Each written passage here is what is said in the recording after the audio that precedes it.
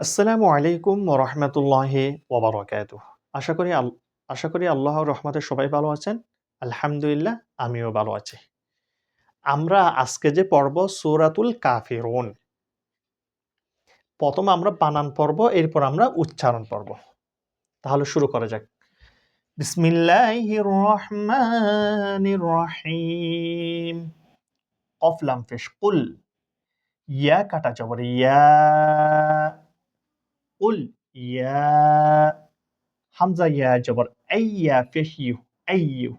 হা লাম জবর হাল আইয়ু হাল। কাফ কাটা জবর কা।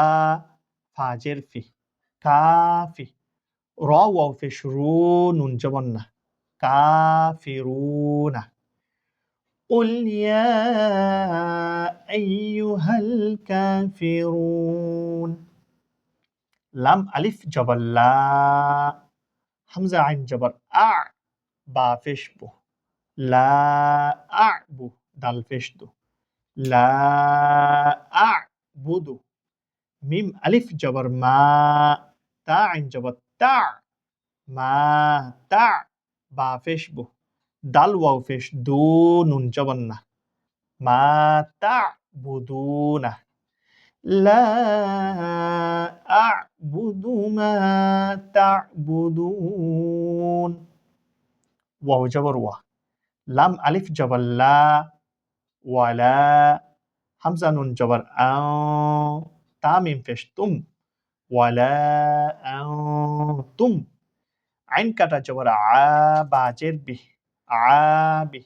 দাল ওয়াও পেশ দু নুন জবর না আবিদুনা।